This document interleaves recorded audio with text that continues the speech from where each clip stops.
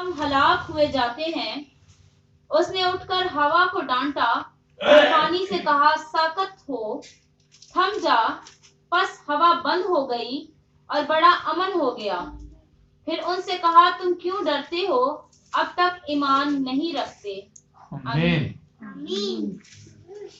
یہ کہانی اکثر Sunday schools میں اکثر لوگ بچوں کو سکھاتے ہیں کہ یسوع مسیح کے اختیار دیکھو، ہوا اور پانی بھی اس کا کہنا مانتے ہیں۔ لیکن آج صبح جب میں نے خدا سے کلام مانگنا شروع کیا، جب ہم مانگتے ہیں وہ بلا امتیاز دیتا ہے۔ تعلیم ہونا یا نہ ہونا کلام مقدس اور روح القدس کے لیے کوئی شرط نہیں ہے۔ وہ ایک ان پڑھ کو اٹھاتا اور اس سے معجزے کرواتا ہے، یہ اس کی قدرت ہے۔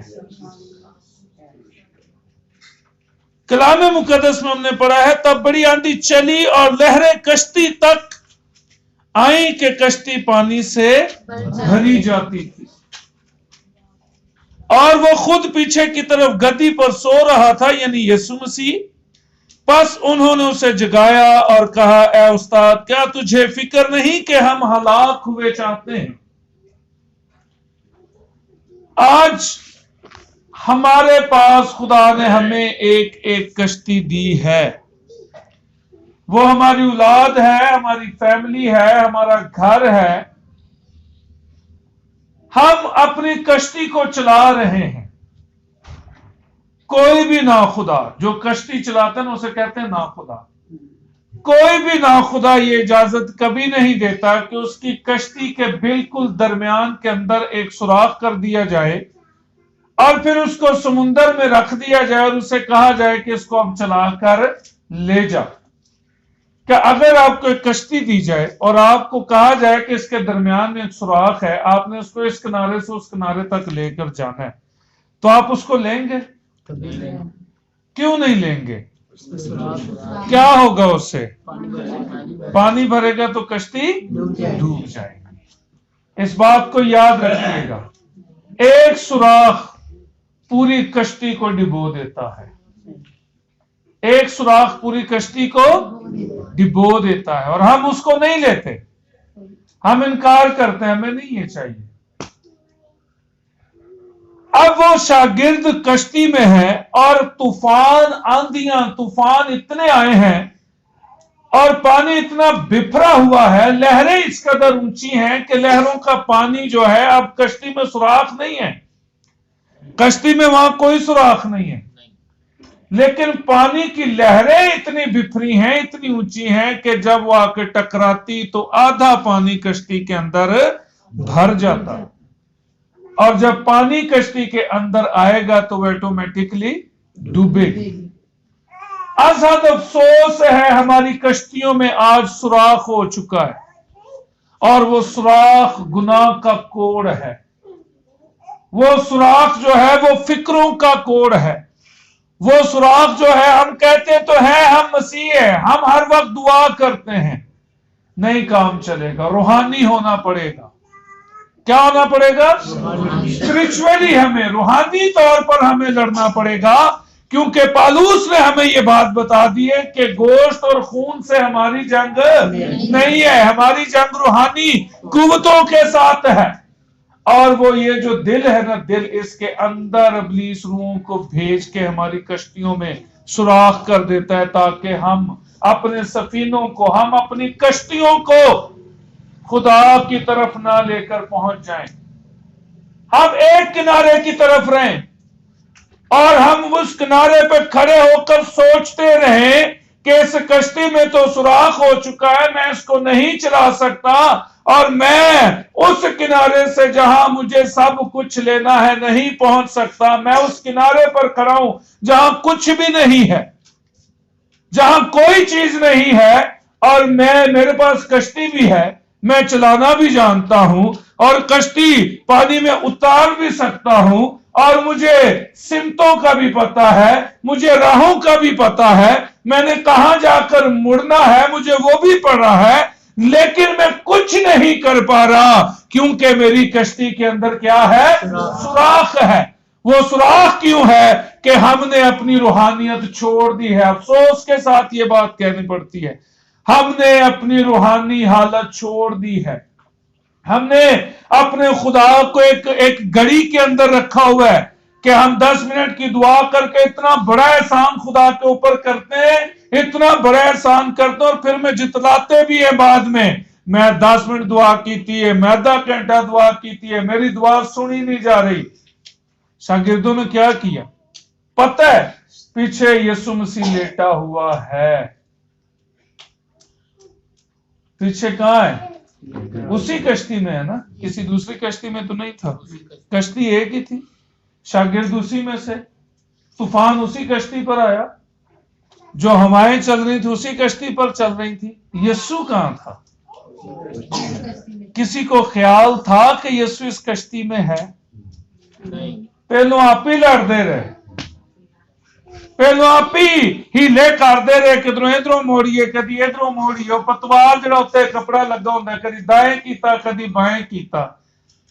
اسی اپنی سوچاں نہ لڑتے رہنے ہیں، لیکن اسی روحانی ہونا پسند نہیں کرتے۔ جڑا مسیح ہے نا، کرسچن وہ ایک پروڈکٹ ہے، وہ ایک چیز ہے، ایک نایاب چیز ہے۔ یسوع مسیح نے کیا؟ تسی دنیا دا نور ہو، اور جڑا شہر پہاڑ تے وسدا وہ چھپ نہیں سکتا۔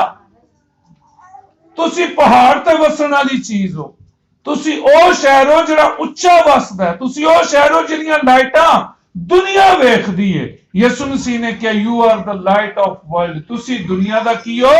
نور ہو، تسی دنیا دی روشنی ہو۔ سب کچھ انہیں سانو کہہ دیتا، لیکن پھر بھی اسی آپ ہی لڑتے رہنے ہیں، رو رو کے دعاواں کرنیاں راتاں نو، سب کچھ کرنا، لیکن روحانی نہیں ہونا۔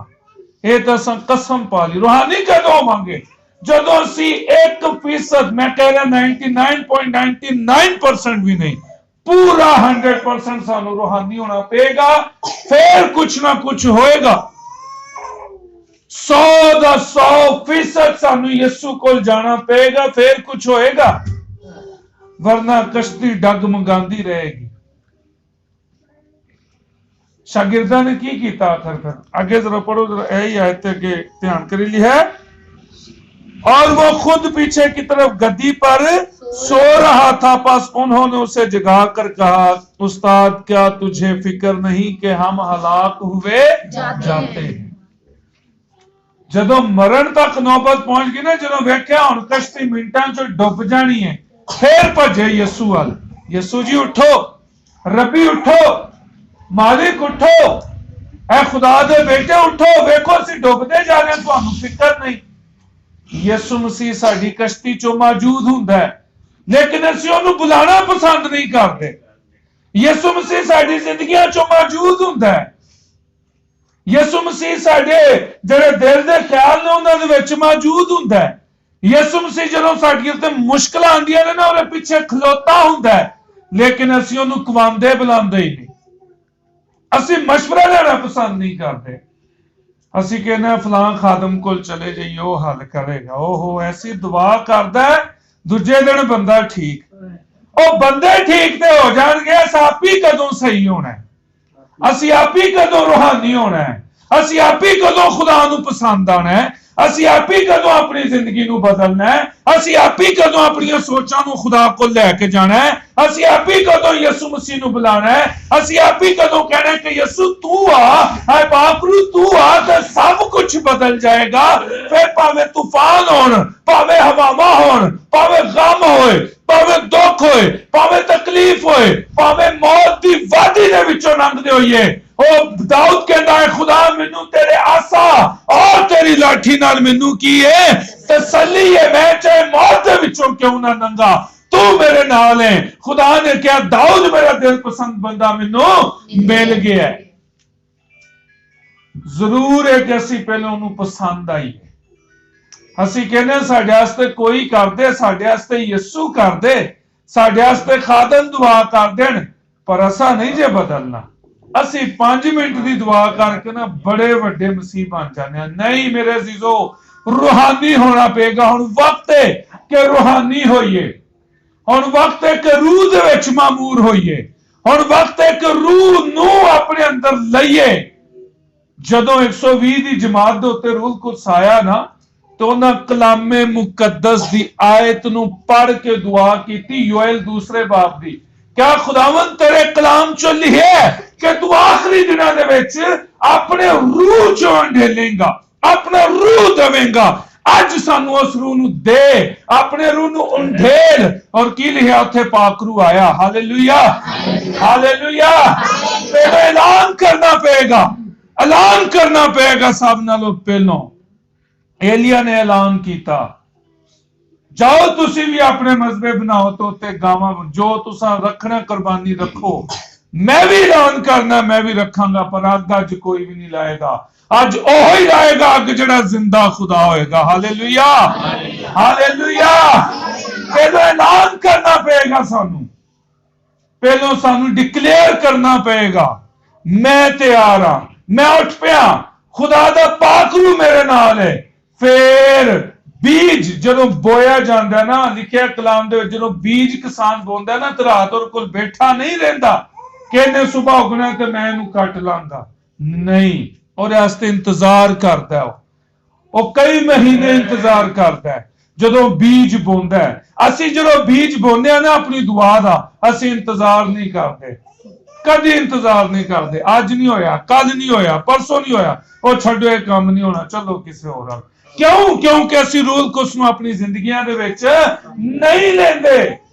असीं रूह कुद्स नूं असीं वादे करने, असीं दुआवां करने, खुदा पाक रूह आ, खुदा पाक रूह आ, लेकिन ਉਹਦੇ ਵਾਸਤੇ जगह तैयार कीती है, ਉਹਦੇ ਵਾਸਤੇ जगह नरम कीती है, ਉਹਦੇ ਵਾਸਤੇ अपने दिल ਨੂੰ पाक कीता है। लिखिਆ खुदा बदी वाले दिल दे विच नहीं रह सकता, खुदा नारास्ता दे नाल नहीं रह सकता। खुदा ਉੱਥੇ ਹੀ ਰਹਿੰਦਾ ਜਿੱਥੇ ਪਾਕੀਜ਼ਗੀ और रास्तबाजी मौजूद ਹੁੰਦੀ है। ਅਸੀਂ नारास्ती ਨੂੰ, ਅਸੀਂ गुनाह ਨੂੰ, ਅਸੀਂ ਅਬਲੀਸ ਦੇ ਕੰਮਾਂ ਨੂੰ ਛੱਡਦੇ ਨਹੀਂ ਤੇ ਪਾਕ रूह ਨੂੰ ਦਾਵਤ ਦਿੰਦੇ ਆ, ਤੇ ਫਿਰ ਖੁਦਾ ਦੇ ਉੱਤੇ ਇਲਜ਼ਾਮ ਕਿ ਖੁਦਾ ਤੂੰ ਸਾਡੇ ਕੋਲ ਨਹੀਂ ਆਇਆ। ਸੌਰੀ, ਅੱਜ ਕਲਾਮ ਬਹੁਤ ਸਖਤ ਹੋਏਗਾ, ਕਿਉਂਕਿ ਜੋ ਵਕਤ ਹੈ ਕਿ ਅਸੀਂ ਖੁਦਾ ਦੇ ਪਾਕ रूह ਨੂੰ ਲਈਏ, और ਉਹਦਾ ਪਾਕ रूह ਜਦੋਂ ਆਏਗਾ ਫਿਰ ਸਭ ਕੁਝ ਹੋਏਗਾ। Hallelujah, hallelujah. एक अम्मा की गवाही मैं पढ़ना हाँ पिया। अम्मा बुढ़ी जी अम्मा ਉਹ ਚਰਚ ਗਈ तो उन्होंने चर्च तो बाहर खिलार दिता बूहे दे विच, कह इत्थे जगह कोई नहीं, उत्थे बाहर खलो जाओ। रोया दे विच यीशु मसीह नूं मिलिया, यीशु मसीह नूं रात फड़िया, उन्हें एक जगह ते जाके बहाया कि अम्मा क्यों रोंदी है, मैनू चर्च चों नहीं जान देंदे। आंदा अम्मा साल कई साल हो गए ने इन्हां ने मैनू नहीं आन दिता इत्थे, ते तैनू कित्थे आन देणगे। रूहानियत का ठप्पा साडे उत्ते लगा है, लेकिन रूहानी असीं हुंदे नहीं। उन्हें क्या अम्मा तू इत्थे खलोती है पुत्रा, मैनू इन्हां अंदर नहीं जान दिता। क्या अम्मा कई साल हो गए ने इन्हां ते मैनू भी नहीं जान दिता अंदर। रूहानी होना एक मजबूत गल है। खुदा दे पाक रूह नूं अपने अंदर रखना एक जरूरी गल है। दुआ करना कोई वड्डी गल नहीं। शायद दुआ अगर शैतान करे ना, वो करदा नहीं हो, और अगर वो करे तो साडे नालों अच्छी कर सकता, क्योंकि उन्हें खुदा दा सारा निजाम देखिया। वो करदा नहीं, अगर वो करे साडे नालों अच्छी कर सकता। दुआ वाज कहंदा ओही हादसा दुआ करन वालियां ते भी गुजरदा है, ओही हादसा गुनाह करन वालियां ते भी गुजरदा है। ते फर्क की है फिर फर्क की होया? ओही हादसा एक गुनाहगार ते गुजरदा है, ओही हादसा एक सूदखोर ते गुजरदा है, ओही हादसा एक शराब पीने वाले ते गुजरदा है, ओही हादसा एक जुल्म करने वाले ते गुजरदा है, ओही हादसा एक दुआगो ते गुजरदा है। सुलेमान कहंदा फर्क की है? फिर खुदा ने तो कोई फर्क ही नहीं किया, लेकिन फर्क है, आज पढ़ांगे। फर्क है, कलाम सिखांदा फर्क है वे, लेकिन ओदे फर्क नूं जानण वास्ते पहलों ओदे पाक रूह नूं मंगना पेगा। सानू रूहानी होना पेगा। 10%, 50%, 99% नहीं, 100%। ਕਈ ਖਾਦਮ ਆਂਦੇ ਨੇ 100% ਕੋਈ ਵੀ ਨਹੀਂ ਹੋ ਸਕਦਾ। ਪਾਲੂਸ ਕਹਿੰਦਾ ਅਗਰ ਅਸੀਂ ਦੌੜ ਚੋਂ ਨਾ ਦੌੜੀਏ ਤੇ ਫਿਰ ਅਸੀਂ ਇਨਾਮ ਦੀ ਜਿਹੜੀ ਹੈ ਨਾ ਉਹ ਸੋਚ ਵੀ ਨਾ ਰੱਖੀਏ, ਫਿਰ ਅਸੀਂ ਉਹ ਸਿਹਰੇ ਦੀ ਸੋਚ ਵੀ ਨਾ ਰੱਖੀਏ, ਕਿਉਂਕਿ ਜਿਹੜਾ ਦੌੜੇਗਾ, ਜਿਹੜਾ ਉਸ ਦੌੜ ਦੇ ਵਿੱਚ ਹਿੱਸਾ ਲਏਗਾ, ਜਿਹੜਾ ਕੁਸ਼ਤੀ ਲੜੇਗਾ ਉਹੀ ਇਨਾਮ ਲਏਗਾ।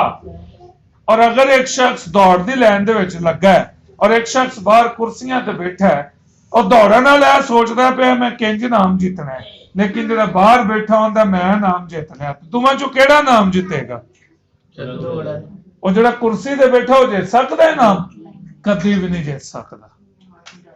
ਸਾਨੂੰ ਪਹਿਲੋਂ ਜਿਹੜਾ ਨਾ ਮੈਦਾਨ ਚੋਂ ਉਤਰਨਾ ਪਏਗਾ, ਸਾਨੂੰ ਐਲਾਨ ਕਰਨਾ ਪਏਗਾ। ਏਲੀਆ ਮੈਦਾਨ ਚ ਉਤਰਿਆ, ਉਹਨੇ ਕਿਹਾ ਜਾਓ ਯੋਰ ਲਾ ਲਵੋ, ਆਪਣੇ ਬਾਲ ਨੂੰ ਪੁਕਾਰੋ, ਆਪਣੇ ਖੁਦਾ ਨੂੰ ਪੁਕਾਰੋ, ਮੈਂ ਵੀ ਆਪਣੇ ਖੁਦਾ ਨੂੰ ਪੁਕਾਰਾਂਗਾ। ਤੇ ਖੁਦਾ ਕਿਹਦੇ ਨਾਲ ਸੀ?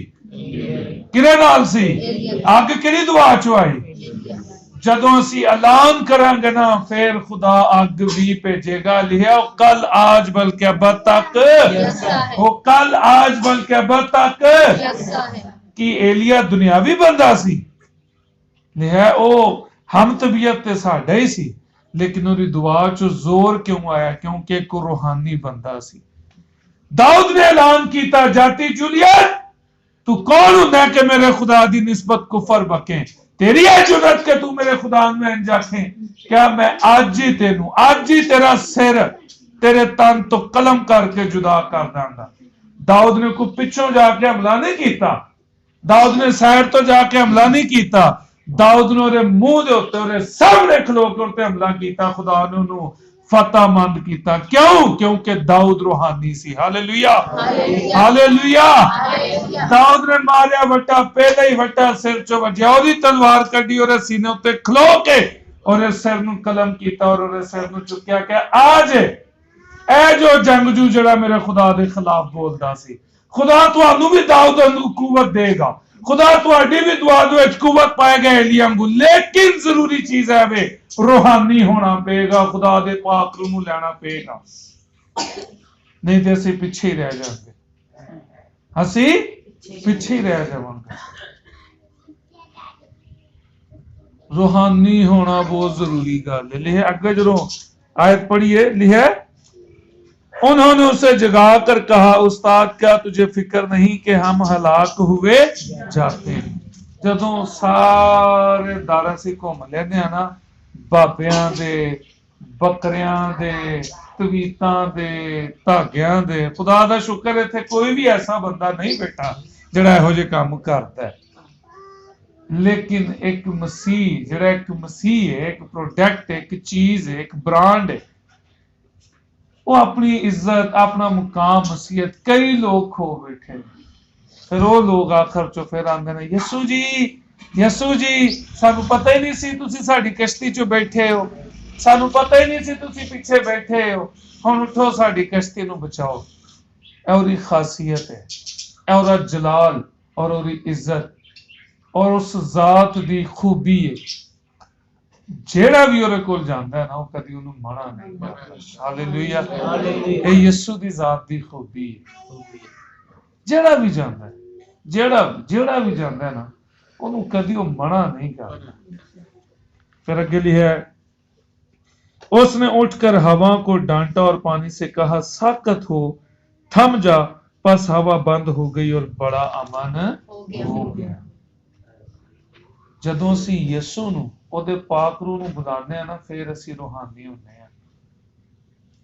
ਖਾਦਮਾਂ ਦੀ ਦੁਆ ਨਾਲ ਆਰਾਮ ਰਹਿੰਦਾ ਹੈ, ਸਭ ਕੁਝ ਹੋ ਜਾਂਦਾ ਹੈ, ਲੇਕਿਨ ਕੀ ਫਾਇਦਾ ਤੁਸੀਂ ਇੱਕ ਖਾਦਮ ਨੂੰ ਇਸਤੇਮਾਲ ਕੇ ਆਪਣਾ ਉਲੂ ਸਿੱਧਾ ਕਰਦੇ ਹੋ? ਕੋਈ ਫਾਇਦਾ ਹੈ ਉਹਦਾ? ਅੱਜ ਗੱਲਾਂ ਬੜੀਆਂ ਖੁੱਲੀਆਂ ਹੋਣਗੀਆਂ। ਜ਼ਿੰਦਗੀਆਂ ਦੀ ਜ਼ਰੂਰਤ ਹੈ, ਯਕੀਨ ਕਰੋ ਅੱਜ ਜ਼ਿੰਦਗੀਆਂ ਦੀ ਇੱਥੇ ਕਿਸੇ ਨਾ ਕਿਸੇ ਬੈਠੇ ਜ਼ਿੰਦਗੀ ਦੀ ਜ਼ਰੂਰਤ ਹੈ।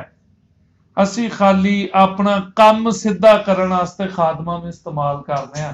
ਅਸੀਂ ਰੂਹਾਨੀ ਹੋਣਾ ਪਸੰਦ ਨਹੀਂ ਕਰਦੇ, ਅਸੀਂ ਉਹਦੇ ਪਾਕ ਰੂਹ ਨੂੰ ਪੂਰੇ ਤੌਰ ਤੇ ਰਿਸੀਵ ਕਰਨਾ ਪਸੰਦ ਨਹੀਂ ਕਰਦੇ। ਬਸ ਦੁਆ ਹੋ ਗਈ, ਸਕੂਨ ਹੋ ਗਿਆ, ਠੀਕ ਹੋ ਗਿਆ, ਸ਼ਿਫਾ ਪਾ ਲਈ, 10 ਜਗ੍ਹਾ ਗਵਾਹੀ ਦਿੱਤੀ, ਉਸ ਤੋਂ ਬਾਅਦ ਫਿਰ ਉਹੀ ਪੁਰਾਣੇ ਕੰਮ। पुरानी इंसानियत कदी भी, पुरानी इंसानियत सुनो, पुरानी इंसानियत कदी भी ਹਮੇਸ਼ਾ ਦੀ ਜ਼ਿੰਦਗੀ ਦੀ ਵਾਰਿਸ ਨਹੀਂ ਹੋ ਸਕਦੀ। ਯਿਸੂ ਮਸੀਹ ਨੇ ਕਿਹਾ ਪੁਰਾਣੀ ਇਨਸਾਨੀਅਤ ਲਾਣੀ ਪਏਗੀ। ਨਿਕੋਦੀਮਸ ਨੂੰ ਕਿਹਾ ਰਾਤ ਦੇ ਅੰਧੇਰੇ ਦੇ ਵਿੱਚ ਆਇਆ ਕਿ ਯਿਸੂ ਜਿਹੜੇ ਕੰਮ ਤੁਸੀਂ ਕਰਦੇ ਹੋ ਨਾ ਕੋਈ ਨਹੀਂ ਕਰ ਸਕਦਾ, ਜਿਹੜੇ ਮੌਜਜ਼ਿਆਂ ਦੀ ਕੁਦਰਤ ਤੁਹਾਡੇ ਕੋਲ ਉਹ ਕਿਸੇ ਕੋਲ ਨਹੀਂ, ਬੇਸ਼ੱਕ ਤੁਸੀਂ ਖੁਦਾ ਦੇ ਬੇਟੇ ਹੋ। ਯਿਸੂ ਮਸੀਹ ਨੇ ਕਿਹਾ ਨਿਕੋਦੀਮਸ ਰੁਕ, ਕਿਹੜੇ ਕੰਮ ਆਇਆ, ਕੀ ਚਾਹੁੰਦਾ? ਯਿਸੂ ਮਸੀਹ ਜਾਣਦੇ ਨੇ ਦਿਲਾਂ ਦੇ ਰਾਜ਼। ਯਿਸੂ ਮਸੀਹ ਜਾਣਦੇ ਨੇ ਕਿ ਕੌਣ ਕਿਸ ਮਕਸਦ ਵਾਸਤੇ ਆਇਆ, लेकिन आना जरूरी पड़ेगा। क्या खटखटाएंगा तो दरवाजा खुलेगा। मैं पूरी रात दरवाजे के सामने खलोता रहूं, तुसी खोलोगे? क्यों? ਤੁਹਾਨੂੰ पता ही नहीं बाहर कोई खलोता है या नहीं खलोता। ਜਦੋਂ मैं नॉक करांगा, रिंग करांगा बैल, फिर तुसी पूछोगे हाँ जी कौन जी? मैं पास्टर शहजाद। हाँ जी आओ। अगर मेरी कोई चीज किते मिस हो जाए मैं उन्हें लभांगा ही नहीं, वो मैनू लभेगी। क्यों? मैं कोशिश ही नहीं की। यीशु को लाना पड़ेगा। निकोदेमुस नूं क्या चाहना की हो दस। खुदावंद यही चाहना कि हमेशा दी जिंदगी मिले। उन्हें क्या है चाहना है, चल फिर नवे सिरों पैदा। उन्हें क्या उस्ताद ए रब्बी ए उस्ताद ए रबूनी एडा वड्डा हो गया हुण मैं दोबारा अपने मां दे पेट चों पैदा किंज होवां। उन्हें क्या निकोदेमुस ऐ ही भेद ते तैनूं पता नहीं। कोई भी खुदा दी बादशाही च दाखल नहीं हो सकता जब तक नवे सिरों पैदा ना हो जावे। नवी पैदाइश साडी जिंदगी दे विच सानू जिंदगी देंदी है। समझ आई मैं की किया? साडी जिंदगी नू जिंदगी देंदी है नवी पैदाइश। और नवी पैदाइश की हो? बैपतिस्मा। यसु मसीह दी तालीम दी इन्नी मुखालफत और मसीह करदे ने।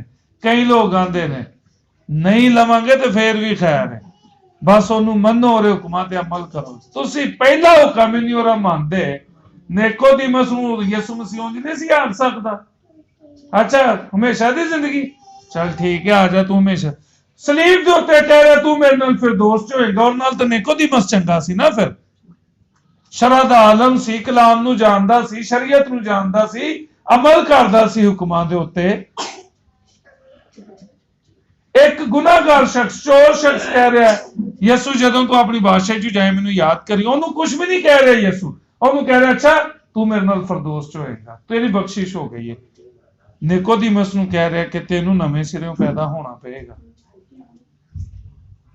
जेड़ा जानदा है ना, जेड़ा जानदा है बरकत भी ओरे कोल। जेड़ा जानदा बरकत किरे कोल है? ओदे कोल। अगर असी रूहानी नहीं ना होवांगे साडा बचना बड़ा मुश्किल हो जाएगा। असी दुनिया जो ते थर्ड पार्ट ना रह सकने। यही है ना गल।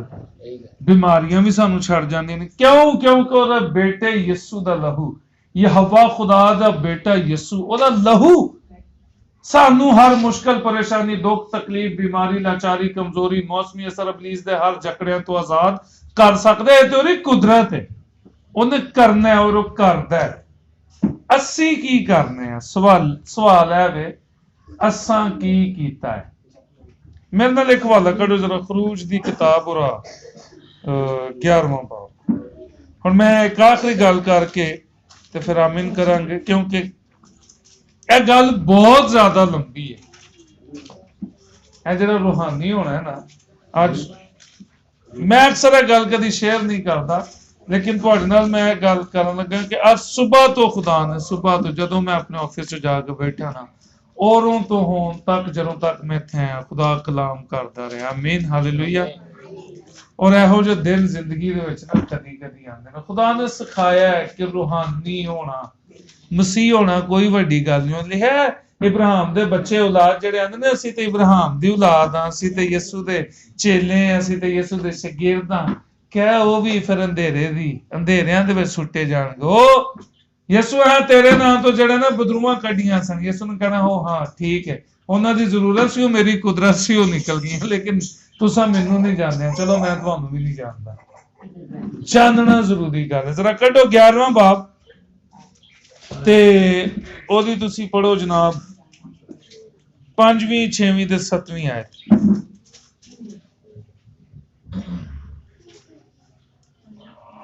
हाँ, और मुल्के मिस्र के सब पहलौठे, फिरौन जो तख्त पर बैठा है उसके पहलौठे से लेकर वो लौंडी जो चक्की पीसती है उसके पहलौठे तक, और सब चौपाओं के पहलौठे मर जाएंगे। और सारे मुल्क मिस्र में ऐसा बड़ा मातम होगा जैसा ना कभी पहले हुआ और ना कभी होगा। लेकिन इस्राएलियों में से किसी पर ख्वाह इंसान हो ख्वाह हैवान, एक कुत्ता भी नहीं भौंकेगा, ताकि तुम जान लो कि खुदावंद मिस्रियों और इस्राएलियों में कैसा फर्क करता है। आमीन, हालेलुया। ਜਦੋਂ ਯਿਸੂ ਉਠੇਗਾ ਨਾ, ਜਦੋਂ ਯਿਸੂ ਕਸ਼ਤੀ ਦੇ ਵਿੱਚੋਂ ਉਠੇਗਾ, ਕਿਆ ਬਦੀਆਂ ਪਰੇਸ਼ਾਨੀਆਂ, ਦੁੱਖ, ਤਕਲੀਫ, ਤੁਹਾਡੇ ਮੁਖਾਲਿਫ ਜਿਹੜੇ ਤੁਹਾਡੇ ਖਿਲਾਫ ਗੜੇ ਖੋਦਦੇ ਨੇ, ਉਹਨਾਂ ਉੱਤੇ ਐਸਾ ਟਾਈਮ ਆਏਗਾ, ਐਸਾ ਮਾਤਮ ਆਏਗਾ ਕਿ ਉਹ ਆਪਣੇ ਅੰਦਰ ਆਪਣੇ ਆਪ ਨੂੰ ਸਾਂਭ ਨਹੀਂ ਸਕਣਗੇ। ਉਹ ਜਿਹੜੇ ਖੁਦਾ ਤੋਂ ਦੂਰ ਨੇ ਨਾ, ਜਿਹੜੇ ਫਿਰੌਨ ਦੇ ਲੋਕ ਨੇ, ਜਿਹੜੇ ਮਿਸਰ ਦੇ ਲੋਕ ਨੇ, ਜਿਹੜੇ ਬੁੱਤ ਪ੍ਰਸਤ ਲੋਕ ਨੇ, ਜਿਹੜੇ ਗੁਨਾਹ ਦੇ ਗੁਲਾਮ ਨੇ, ਜਿਹੜੇ ਗਲਤੀਆਂ ਦੇ ਗੁਲਾਮ ਨੇ, ਉਹਨਾਂ ਉੱਤੇ ਐਸਾ ਮਾਤਮ ਆਏਗਾ। ਖੁਦਾ ਨੇ ਕਿਹਾ ਮੂਸਾ ਨੂੰ ਕਿ ਜਾ ਕੇ ਫਿਰੌਨ ਦੇ ਸਾਹਮਣੇ ਐਲਾਨ ਕਰ, ਉਹਨੂੰ ਐਲਾਨੀਆ ਇਹ ਗੱਲ ਕਹਿ ਦੇ ਕਿ ਤੇਰੇ ਤਖਤ ਤੋਂ ਸ਼ੁਰੂ ਹੋਏਗੀ ਇਹ ਮੌਤ, और तेरे घर जड़ी नौकर तेरी लौंडी है ना, और पलौठे तक तेरे जानवरों तो शुरू होएगा और लौंडी दे जानवरों तक सारे दे पलौठे मार दांगा, लेकिन इस्राइल दे उत्ते एक कुत्ता भी नहीं भौंकेगा। फिर मैं तेनू दसांगा कि वेख तेरे जो ते इस्राइल दे विच की फर्क है। हालेलुया।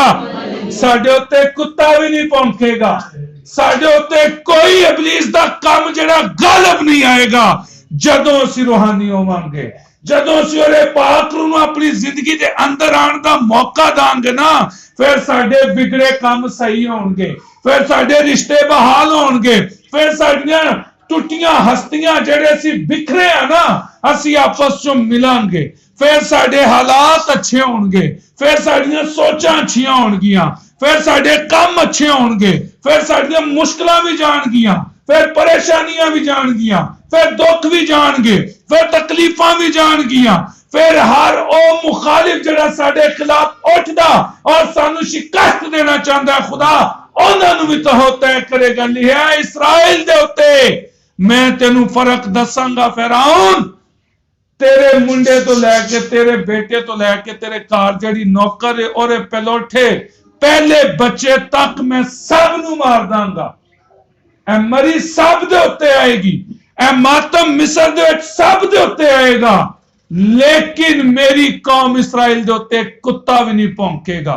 ओ इन्ने अमन च रहणगे, ओ इन्ने सुकून दे विच रहणगे, ओ इन्नी तशफ़ी इत्मीनान दे विच रहणगे, इन्नी मरी पैंदी होएगी, लोग मरदे होणगे, लोग अपने बच्चों नू रोंदे होणगे, लोग मातम करदे होणगे, लोग दफनांदे होणगे, लोग अपने प्यारिਆਂ ਨੂੰ ਵੇਖ ਵੇਖ ਕੇ परेशान ਹੁੰਦੇ होणगे, लेकिन इस्राइल खुश रहेगा और उत्ते किसी ਦਾ ਕੁੱਤਾ भी नहीं ਭੌਂਕੇਗਾ। Hallelujah, hallelujah. असी इस्राइल हां, हालेलुया। असी खुदा दे बेटे हां, हालेलुया।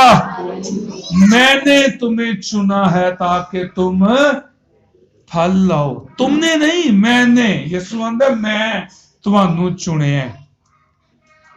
असी चुने जान दा ए सबब ते ए उन्हें देने आ, गिफ्ट देने आ कि असी चुने आ, पर काम जिहड़ा ना असी सिर्फ वक्ती दुआ करनी। असां जो दुआ ते बहने ना तो असां टाइम हल पहलों वेख लेना, अच्छा इन्नी देर दी दुआ करके ते आमीन करना, थोड़ी जी लंबी हो जाए तो भावें अख खोल के थोड़ी जी सोई भी वेख लेंगे।